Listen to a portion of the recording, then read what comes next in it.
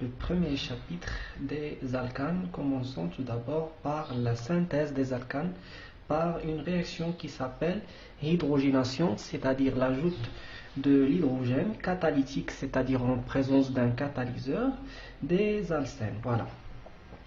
Donc, tout d'abord, il faut apprendre les trois catalyseurs très utilisés dans ces réactions. Le premier, c'est le platine, Pt, le deuxième, c'est le palladium, Pd, ou bien le nickel. Donc voilà, donc soit le platine, ou bien le palladium, ou bien le nickel. Donc il s'agit d'une réaction d'ajout de l'hydrogène. Donc nous allons passer d'un carbone hybridé sp2 vers un carbone hybridé sp3. Voilà, en forme tétraédrique. Donc, ce qu'il faut retenir au niveau de cette réaction, c'est que c'est une réaction stéréosélective. Qu'est-ce que ça veut dire stéréosélective? C'est-à-dire une réaction qui sélectionne une stéréochimie bien précise. C'est-à-dire que la réaction sélectionne une géométrie dans l'espace bien précis. Cette géométrie s'appelle la géométrie 6. C'est quoi 6? C'est-à-dire que les deux hydrogènes doivent se trouver dans la même côté. Voilà, R2, R4, R1, R3. Et bien sûr, comme nous l'avons déjà vu dans la chimie organique en général, dans la stéréochimie, donc ici, si j'ai un carbone asymétrique, c'est-à-dire lié avec 4 substituants différents, j'ai deux possibilités, soit que les deux hydrogènes se trouvent tous les deux en avant, ou bien en arrière. Donc, tout simplement, les deux hydrogènes se trouvent soit tous les deux en arrière, je peux trouver les deux hydrogènes en arrière, ou bien en avant. R2, R4. Donc nous avons ici deux possibilités. Les deux possibilités, il est important que les deux hydrogènes se trouvent dans la même côté. C'est ça la stéréosélectivité. Et donc, puisque j'ai un carbone asymétrique, j'ai deux possibilités, soit d'obtenir un produit SS, et donc l'image de ce produit s'appelle R. R, c'est un mélange des énantiomères qui s'appelle un mélange racimique. Donc c'est quoi un mélange racimique? C'est un mélange de deux énantiomères, l'une est l'image de l'autre par rapport à un miroir blanc. Et bien, comment je peux expliquer que le réactif a deux carbones centrales? Ici, je trouve 4 carbones. Et d'après la loi de Lavoisier, rien ne se perd, rien ne se crée, tout se transforme. Tout simplement, là, c'est un mélange. D'accord? Qu'est-ce que ça veut dire un mélange? C'est-à-dire que 50% du produit SS et 50% du produit RR. Donc, par exemple, si j'ai une solution, donc ma solution contenir 50% du produit SS et 50% du produit RR. C'est ça la signification de mélange racimique. Et pour bien fixer les idées, je vais essayer de vous donner un exemple. Donc, exemple. Donc, essayez de faire pause et de résoudre l'exercice à votre propre effort. Et puis, suivez avec moi la correction. Donc, si j'ai par exemple un composé CH3, C2H5, CH3, C2H5. Donc, H2 avec un catalyseur. Donc, c'est quoi un catalyseur? C'est une espèce chimique qui accélère la réaction, qui augmente la vitesse de la réaction, qui facilite la réaction. Donc, ici, j'ai deux possibilités. Donc,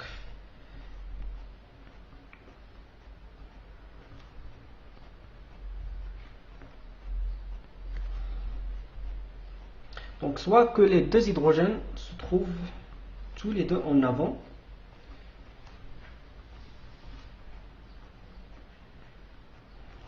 soit que les deux hydrogènes se trouvent en arrière.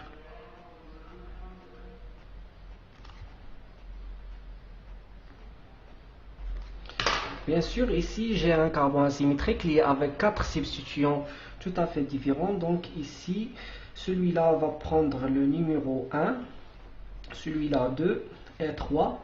Donc voilà, 1, 2, 3, c'est la configuration R, et puisque l'hydrogène se trouve en avant, donc c'est la configuration S. Donc ici, j'ai 1, 2, 3. Donc c'est S, et puisque l'hydrogène est en avant, c'est R. Donc toujours, je devais inverser la configuration lorsque l'hydrogène se trouve en avant. Et bien ici, l'hydrogène se trouve en arrière, et donc pas d'inversion de configuration, tout simplement le 1, le 2 et le 3. Donc c'est la configuration R. Ici 1, 2, 3. Et donc c'est la configuration S. Et voilà, comme vous remarquez, j'ai une inversion de la configuration, un mélange de deux énantiomères, et donc ça s'appelle un mélange racemique, 50% de la configuration SR et 50% de la configuration RS. La méthode de synthèse des alcanes par hydrogénation catalytique des alcynes. Donc hydrogénation, toujours c'est l'ajout de l'hydrogène catalytique, c'est-à-dire en présence d'un catalyseur qui augmente la vitesse de la réaction. Donc ici nous avons un alcyne plus 4 hydrogènes, et bien tout simplement le résultat sera comme suit.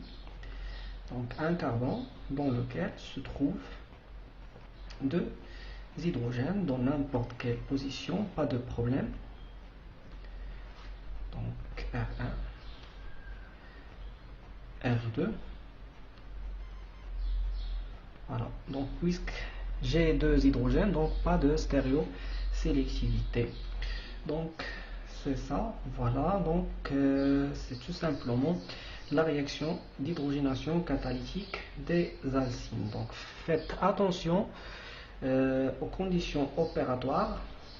Donc bien sûr nous avons besoin d'un solvant, bien sûr c'est une chimie en solution, et d'un pression. Donc ce sont des conditions opératoires pour réaliser cette réaction. Merci de votre attention, courage à tous. Donc avant de terminer, je vais essayer de vous donner un exemple.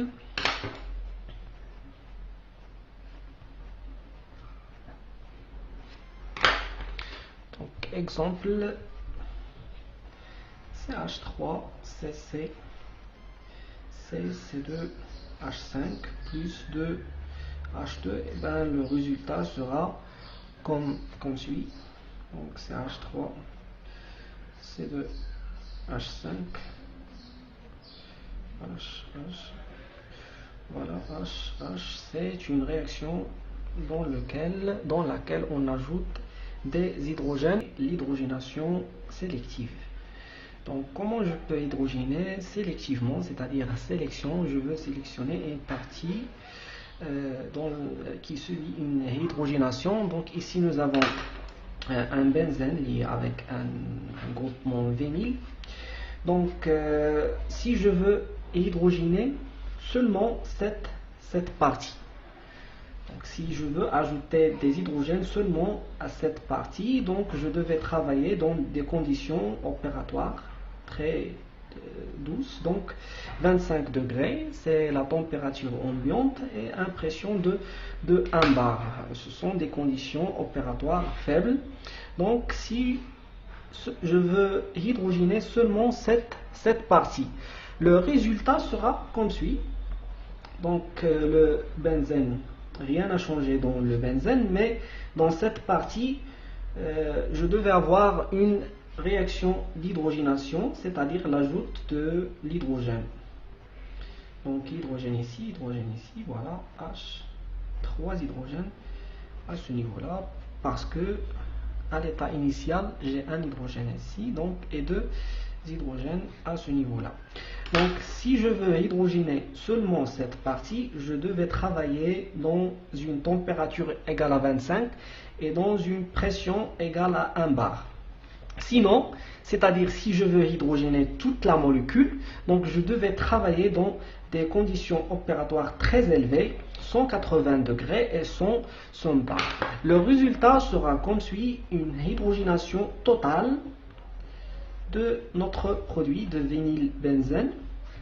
Donc le résultat sera comme suit, hydrogénation totale. Donc chaque carbone va fixer un hydrogène, un nouveau hydrogène comme ça, et donc le résultat sera comme ça. Donc déjà à l'état initial, j'ai un seul hydrogène dans chaque noyau benzylique, donc et donc dans le produit final, je devais avoir un hydrogène ici, deux hydrogènes ici, voilà, deux ici, deux ici, voilà. Donc si je travaille avec des formules topologiques, donc pas de problème. Tout simplement, je devais écrire cette molécule comme ça, et la réponse sera bonne comme ça, donc pas de problème. C'est la méthode de synthèse des alcanes à partir d'un halogénure d'alkyle. Qu'est-ce que ça veut dire halogénure? Halogène, ça vient d'halogène. Les halogènes sont très connus, c'est le fluor, le chlore, le brome, l'iode. C'est la famille des halogènes dans le tableau périodique. Qu'est-ce que ça veut dire ur? C'est-à-dire des éléments chargés négativement. Donc ici, comme vous voyez, les halogènes sont très électronégatifs par rapport aux alkyles. Donc R ici, c'est un carbone. Donc ils sont chargés négativement. Pour cette raison, ils s'appellent halogénures, c'est-à-dire des halogènes chargés négativement. Et donc l'alkyle sera chargé positivement. Donc la question qui se pose, comment je peux synthétiser un RH, c'est-à-dire un alcane, à partir d'un halogénure.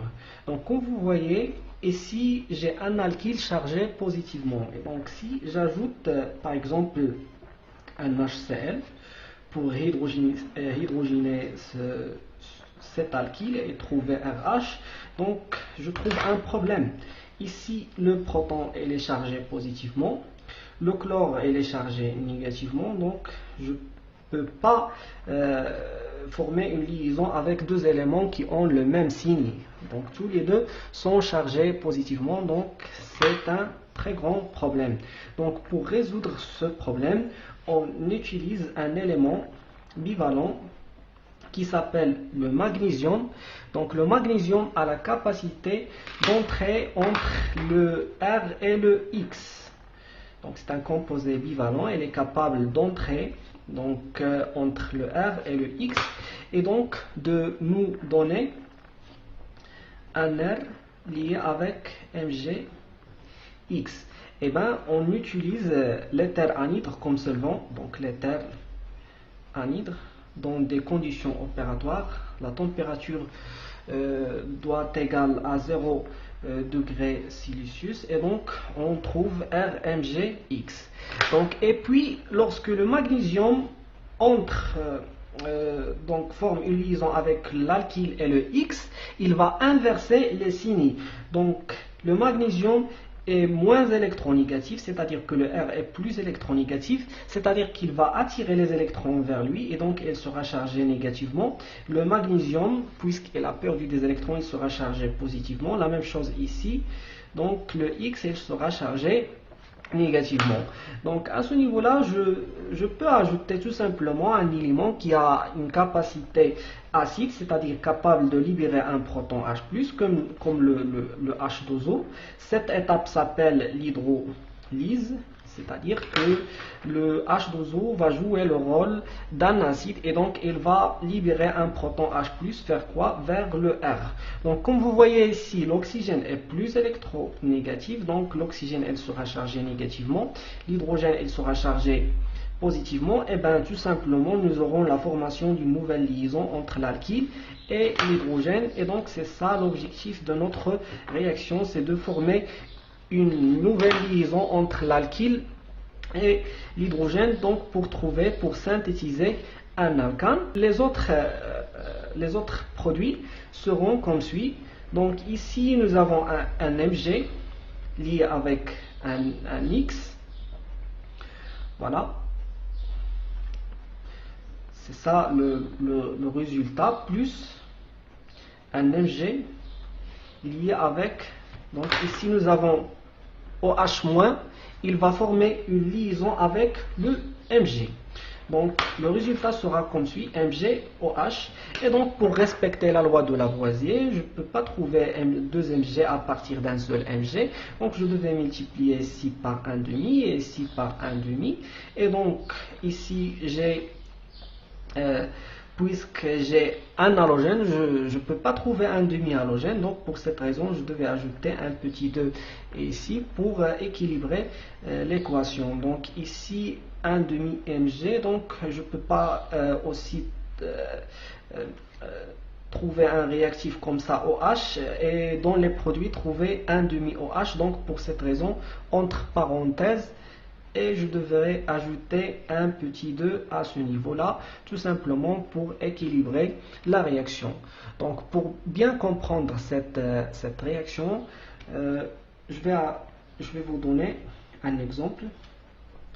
Donc un élément comme ça, PR plus Mg, dans des conditions opératoires, le solvant est l'éther anhydre, c'est-à-dire qui ne possède pas d'eau. Ici 0 degré. Donc dans un premier temps, le Mg va entrer entre le carbone et le brome, parce que le magnésium est un élément bivalent, donc MgBr, et puis l'ajout de H2O ou bien l'étape de l'hydrolyse va nous donner la formation d'une nouvelle liaison entre le carbone et l'hydrogène, donc tout simplement plus un demi MgOH2 plus un demi MgX2. Maintenant on va passer à la réaction de réduction par le zinc. C'est la même chose. Donc le zinc va jouer le même rôle du magnésium. Donc si on utilise le zinc va entrer entre les deux, le R et le X, et donc nous allons former une nouvelle liaison alkyle, zinc, halogène. Donc le zinc va inverser les charges et puis l'ajout d'un acide, HX. Donc HX, le X est très électronégatif, et donc le H chargé positivement, le X chargé négativement, celui-là négativement, donc formation d'une nouvelle liaison entre l'alkyle et l'hydrogène, et donc la synthèse d'un alkane. Donc RH plus Zn, le zinc va former deux liaisons. Donc déjà il a déjà formé une liaison avec le X, il va former une nouvelle liaison avec le deuxième X. Donc le résultat sera comme suit, Zn X2 tout simplement. Donc pourquoi cette réaction qui s'appelle une réaction de réduction? Donc je pense que vous avez déjà étudié les réactions oxydo-réduction. Qu'est-ce que ça veut dire réduction? Réduction, c'est-à-dire diminution de degré d'oxydation. Donc comme vous voyez ici, l'alkyle se trouve à un état d'oxydation égal à combien? Donc le R, il est lié avec un élément très électronégatif, donc il sera chargé delta plus, donc le degré d'oxydation de R est plus 1. Par contre ici, le R est plus électronégatif que l'hydrogène, donc il va se trouver à un état d'oxydation moins 1. Ceci explique une diminution de degré d'oxydation. Donc lorsque le degré d'oxydation est diminué, ceci explique que la réaction est une réaction de réduction. A l'inverse, lorsque le degré d'oxydation augmente, ça s'appelle une réaction d'oxydation. Donc voilà, c'est un rappel d'électrochimie. Je vais essayer de vous donner un exemple pour bien fixer les idées. Donc Cl plus le zinc. Donc le zinc va entrer entre le carbone et le Cl. Le résultat sera comme suit. ZnCl et puis plus HCl. Donc ici le carbone va former une nouvelle liaison avec l'hydrogène et donc j'espère que vous travaillez cet exercice à votre propre effort. Donc formation d'une nouvelle liaison entre le carbone et l'hydrogène plus ZnCl2 tout simplement. Dans cette vidéo nous allons essayer de parler de la réaction de Worts. Alors c'est quoi une réaction de Worts? Tout simplement ce qu'il faut retenir au niveau de cette réaction, que c'est une méthode très utilisée pour allonger. Donc c'est pour allonger, c'est-à-dire augmenter la distance ou bien augmenter la taille pour allonger les alcanes. C'est-à-dire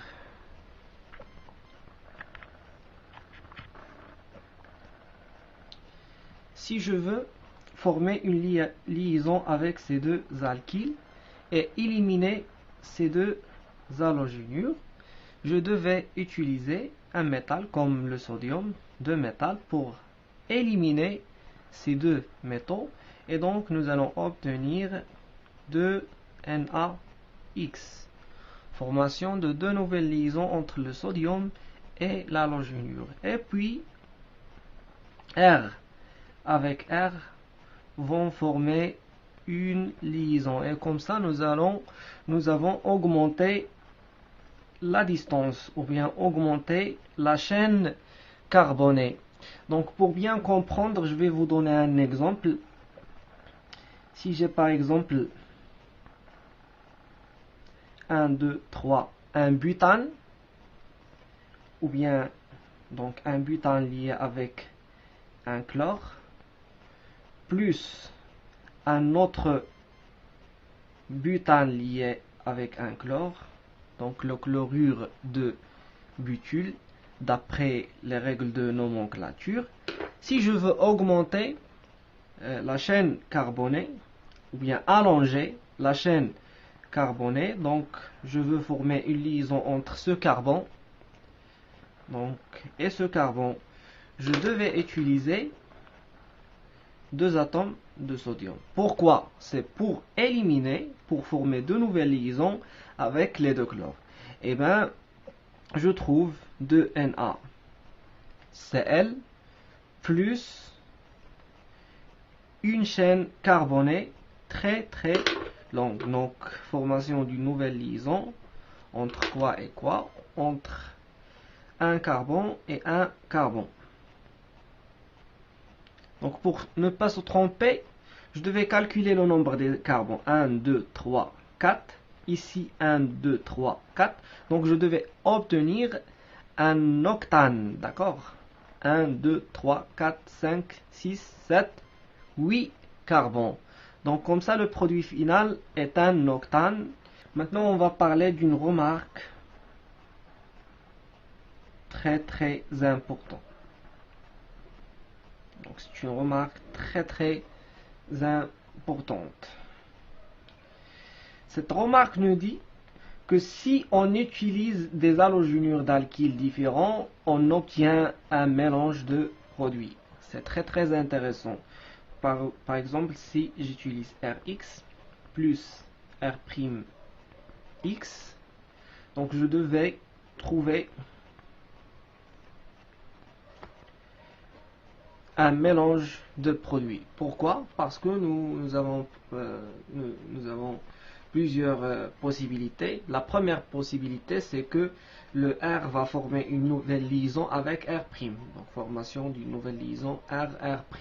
La deuxième possibilité, donc nous savons déjà que en solution, dans la chimie, on ne travaille pas avec une seule molécule, avec un ensemble des molécules. Par exemple, une solution qui contient beaucoup plus, un nombre très important des molécules Rx. Et comme ça, nous avons la possibilité d'avoir une réaction entre la même molécule. Pour cette raison, nous allons trouver formation d'une nouvelle liaison entre les deux RR. Et bien, bien sûr, le sodium se trouvera en excès. Voilà. Donc, plusieurs atomes de sodium. Et puis, nous avons aussi une troisième possibilité, c'est que le R' va former une nouvelle liaison avec le R'. Donc, comme ça, mes amis, si on utilise des halogénures d'alkyles différents, donc obligatoirement, nous devons trouver un mélange de produits. Donc, qu'est-ce que c'est qu'un mélange? C'est-à-dire un mélange avec des pourcentages, donc 33,33%, 33,33% et 33,33% de chaque produit. Donc, un mélange de produits. Donc, pour fixer les idées, je vais essayer de vous donner un exemple. CH3 Cl plus C2H5 Cl de Na. Donc la première réaction, CH3, réaction entre la même molécule. La deuxième, C2H5 et la troisième, CH3 C2H5. Et comme ça, nous avons trouvé un mélange de produits avec un pourcentage identique, 33%, 33,33% et 33,33%. Donc, un autre exemple pour bien fixer les idées, le fluor plus, voilà. Donc la réaction entre ces deux composés, donc chaque point j'ai un carbone lié avec un nombre des hydrogènes, donc de Na, donc la première réaction, donc 1, 2, 3 multiplié par 2, ça sera 6. 1, 2, 3, 4, 5, 6. Donc la nouvelle liaison formée, c'est celui-là. Voilà, c'est celle-là. Plus, donc 1, 2, donc multiplié par 2, ça sera 4. 1, 2, 3, 4. Et la nouvelle liaison formée, c'est comme ça, voilà.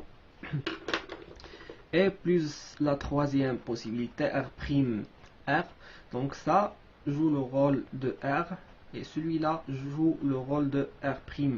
Donc la dernière possibilité, c'est que nous aurons une liaison entre ce carbone et ce carbone. Voilà, donc un mélange de produits. La réaction de Clemmensen. La réaction de Clemmensen, c'est une méthode de synthèse des alcanes à partir des cétones. C'est une méthode de synthèse des alcanes à partir d'un cétone. Donc on utilise bien sûr le zinc et le mercure, l'acide chlorhydrique avec la chaleur. Voilà. Donc passons maintenant directement au mécanisme de la réaction. Donc voilà, donc comme vous voyez, nous avons éliminé l'oxygène, la double liaison oxygène, et la remplacé par deux liaisons hydrogène. Voilà. Donc, mécanisme de la réaction, c'est très facile. It's simple, but it's not easy. Donc, plus HCl, donc toujours on se base sur l'électronégativité, le chlore est plus électronégatif, Cl-, H+. Donc ici nous avons une charge négative sur l'oxygène, ceci explique la formation d'une nouvelle liaison entre l'oxygène et l'hydrogène, voilà, donc Cr1, R2, O, et formation d'une nouvelle liaison oxygène, hydrogène, et bien sûr apparition d'une charge positive sur l'oxygène. Pourquoi? Parce que l'oxygène a perdu un électron pour donner cet électron à l'hydrogène. Donc ici nous avons Cl-. Donc puis ce Cl-, ici nous avons un centre positif. Pourquoi? Parce que le carbone est moins électronégatif par rapport à l'oxygène. Donc le Cl- va attaquer ce centre et la liaison pi va se déplacer vers l'oxygène pour neutraliser la charge positive. Donc ceci explique et implique la formation d'une nouvelle liaison carbone-chlore. Et bien sûr, formation d'une fonction OH.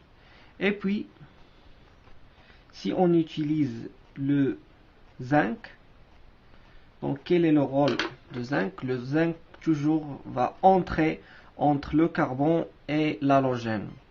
Donc il va entrer à ce niveau-là pour nous donner R1, R2. Donc le zinc va entrer ici.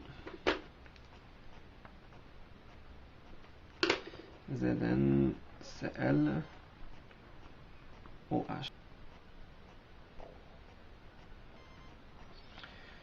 Donc l'étape suivante, on va utiliser le HCl. Pourquoi? C'est pour éliminer la molécule de H2O. Donc HCl, c'est un acide capable de donner un proton H+. Ici nous avons une charge négative au niveau de l'oxygène qui va attaquer le proton H. Et puis donc nous verrons R1, R2, ZnCl, la formation d'une nouvelle liaison oxygène-hydrogène et l'apparition d'une charge positive sur l'oxygène et bien sûr plus Cl-. Donc l'oxygène va essayer de neutraliser sa charge par attraction des électrons vers lui, de doublé électronique vers lui. Donc nous aurons un carbone pauvre en électrons chargé positivement car l'oxygène est plus électronégatif. Donc le Cl- va attaquer ce carbone et donc finalement nous aurons la formation d'une nouvelle liaison entre le carbone et le chlore.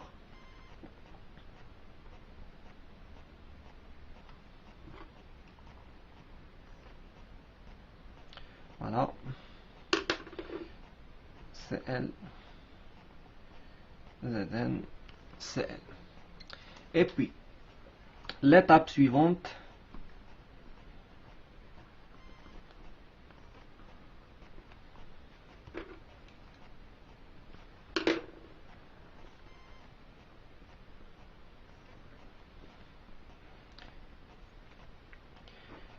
nous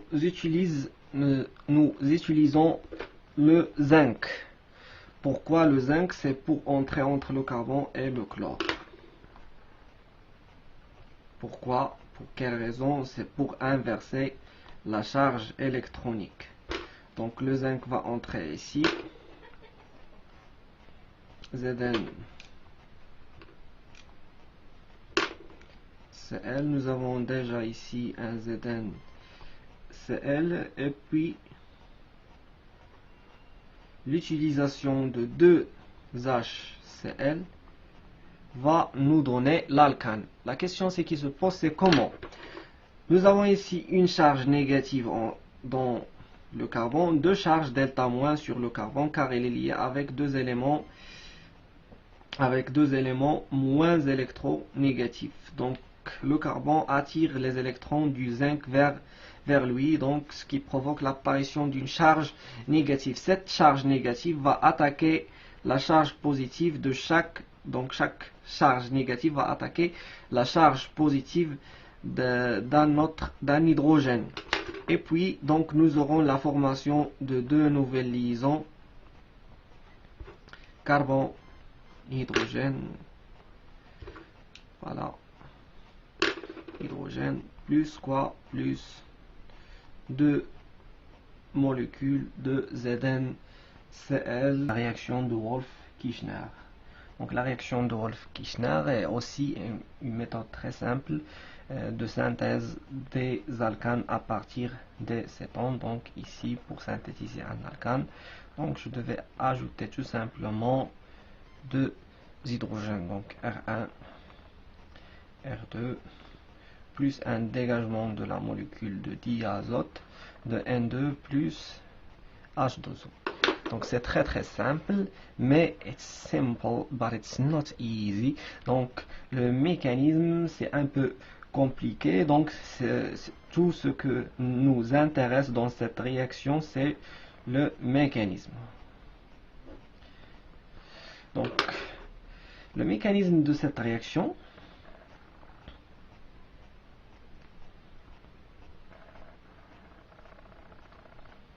plus H2 NH2. Donc dans un premier temps, le doublet libre de l'azote va attaquer la charge positive qui se trouve sur le carbone. Le carbone bien sûr est incapable de former 5 liaisons. Pour cette raison, l'oxygène va attirer le doublet électronique, la liaison pi, vers lui parce que le carbone a la capacité seulement de former une seule liaison. Donc R1, R2, formation d'une nouvelle liaison entre quoi et quoi? Entre le carbone et l'azote.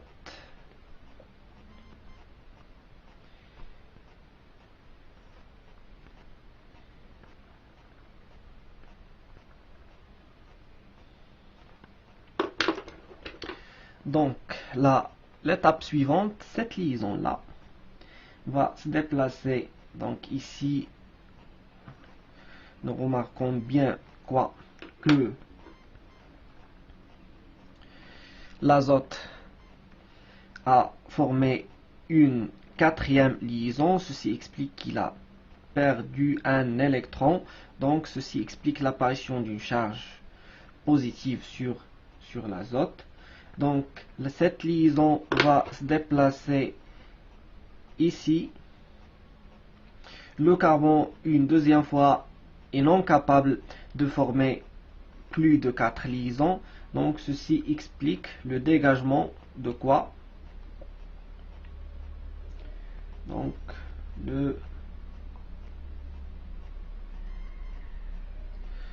cette liaison va se déplacer ici.